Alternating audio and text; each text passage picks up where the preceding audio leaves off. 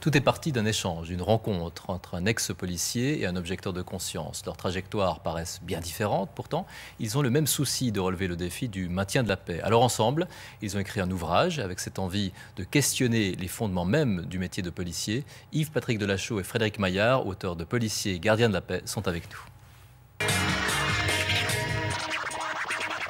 Et messieurs, bonjour. Il y a cette question apparemment innocente que vous avez posée à Yves-Patrick Delachaux. Au fond, quel est ton métier?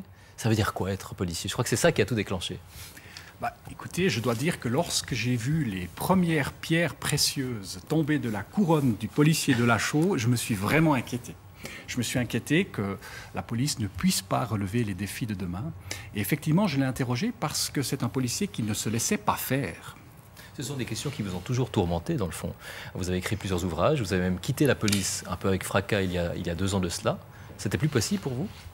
De rester à la police? De rester à la police. Je voulais surtout découvrir la police et notamment des problématiques européennes de police et de sortir de ce corps étriqué qu'est la police genevoise. M'a permis de découvrir la Suisse, m'a permis de découvrir l'Europe. Et puis effectivement, en chemin, on se connaissait déjà avant, j'ai rencontré ce personnage extraordinaire qu'est Frédéric Maillard et qui m'a amené sur un domaine que finalement je maîtrisais très peu, c'est-à-dire finalement mon métier, moi qui pensais qu'avait été formé au maintien de l'ordre pendant toutes ces années, je découvrais le maintien de la paix, constructeur de paix, et finalement ça rejoignait mes préoccupations de résolution de conflits que je défends depuis longtemps pour les polices. Parce qu'on fait souvent dans l'amalgame entre maintien de l'ordre et gardien de la paix, or ce n'est pas la même chose. C'est pas la même chose, c'est-à-dire que le maintien de l'ordre fait partie des missions policières. Mais on voit depuis presque une dizaine d'années aujourd'hui en Europe, les forces de police, de sécurité, glisser que sur du maintien de l'ordre. Et c'est dangereux pour nos démocraties. On veut des flics de quartier, des flics qui maintiennent la paix. Alors comme exemple, vous prenez même l'habit du policier. Vous avez commencé en cravaté, avec moi, j'ai connu l'uniforme magnifique, avec une casquette, un couvre-chef qui couvre un chef. Aujourd'hui, les policiers en Europe portent des casquettes de baseball. J'ai jamais compris l'insouciance des personnes qui ont pu permettre aux policiers d'être aujourd'hui habillés uniquement en maintien de l'ordre. Un uniforme que je portais encore il y a 5 ou 6 ans qu'en maintien de l'ordre, a glissé petit à petit sur cette quotidienneté. Et tous les jours, les flics aujourd'hui portent des pantalons bouffants, des ceintures de charge.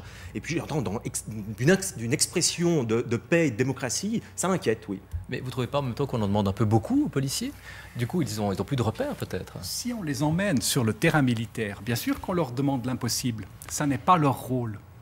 Le policier ne doit pas faire de la figuration militaire. Le policier dispose de 2 maîtrises exclusives, extraordinaires, qu'il n'exploite pas. Donc on trompe la mission policière aujourd'hui et on trompe la population qui a des attentes vis-à-vis de la police qui sont erronées.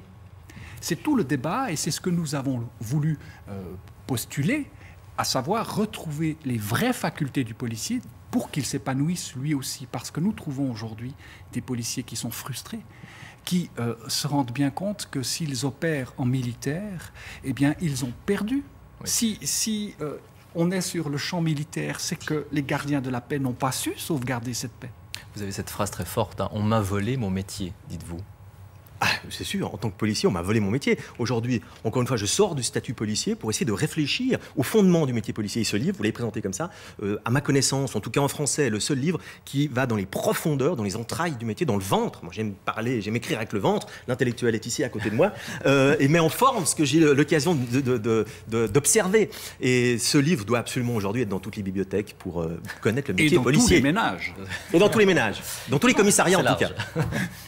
On parle beaucoup de police de proximité, hein, c'est le terme qu'on utilise. Vous, je crois que vous dites que la police n'a peut-être jamais été aussi loin, finalement.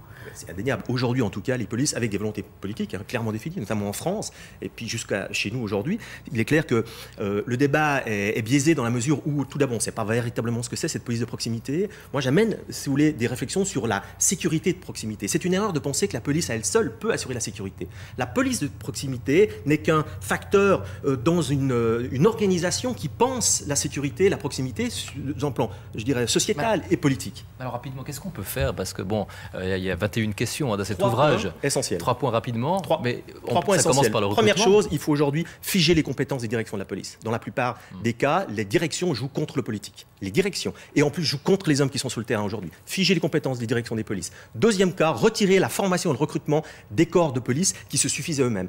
C'est l'État qui accueille les policiers, c'est l'État qui forme les policiers avant que la police se forme elle-même et perpétue des sous-cultures policières. Troisième point, les ressources humaines. À même titre que les formations, les ressources humaines doivent quitter le champ exclusif du corps policier pour être récupérées par l'État qui engage ces agents du service public que sont les policiers ou d'autres. Et le quatrième point, je vais le laisser à mon cher ami. Plus 1, ça fait 4. Le quatrième point, c'est effectivement confier la déontologie pour éviter le mépris institutionnel qu'on constate dans certains corps à l'extérieur de la police. Vous vous rendez compte, ce sont des policiers qui surveillent leur père. Ça ne va pas. Il faut effectivement qu'il y ait un regard neutre et de recul. Merci beaucoup, messieurs. Merci Frédéric Maillard et Yves-Patrick Merci. Delachaux. Je rappelle que vous avez publié Policiers et gardiens de la paix, paru donc aux éditions de l'Eb. Merci beaucoup. Merci, au revoir, à bientôt.